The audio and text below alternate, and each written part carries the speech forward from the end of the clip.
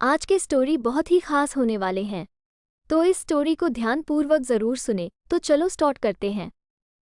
बहुत समय पहले एक गांव में एक किसान रहता था। उसका एक ही बेटा था।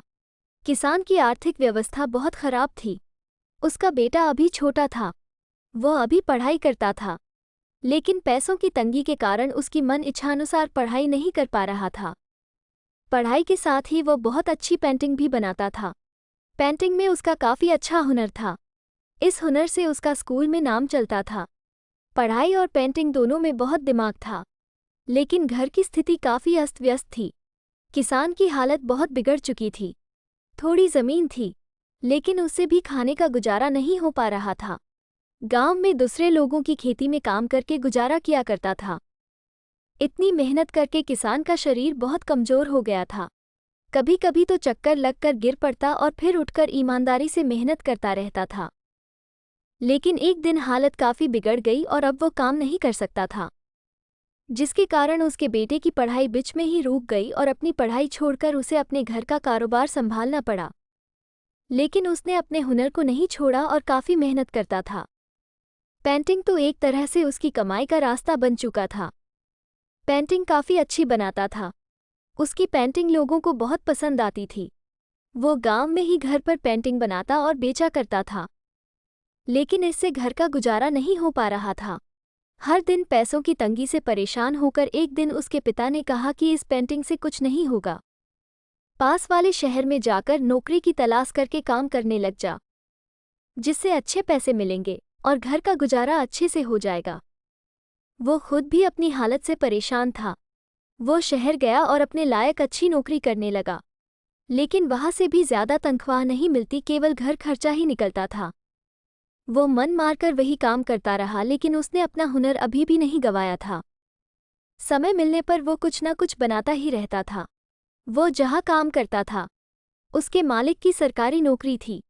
एक दिन मालिक का प्रमोशन हुआ तो खुश होकर उसने अपने दोस्तों, रिश्तेदारों तथा पड़ोस वालों को पार्टी पर बुलाया। प्रमोशन की खुशी के अवसर पर उपहार के तौर पर हर कोई महंगे महंगे तोहफे खरीदकर गिफ्ट देता, लेकिन किसान के बेटे के पास देने के लिए कुछ नहीं था।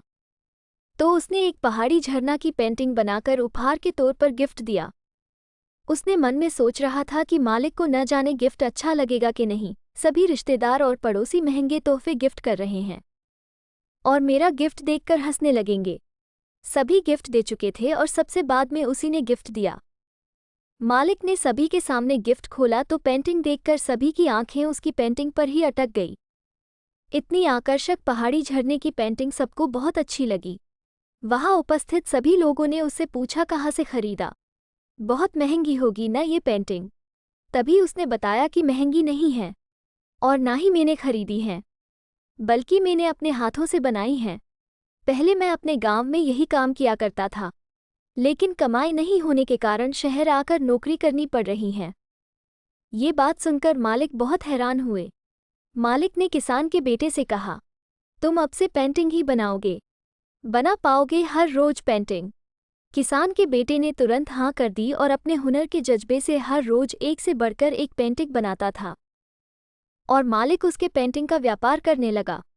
उसके इस हुनर से मालिक और उसका परिवार बहुत खुश था। उसकी पेंटिंग से मालिक को काफ़ी फ़ायदा हुआ और मालिक ने उसकी तनख्वाह भी बढ़ा दी। अब इस तनख्वाह से उसका गुजरा भी हो जाता था और कुछ पैसे बच भी जाते थे।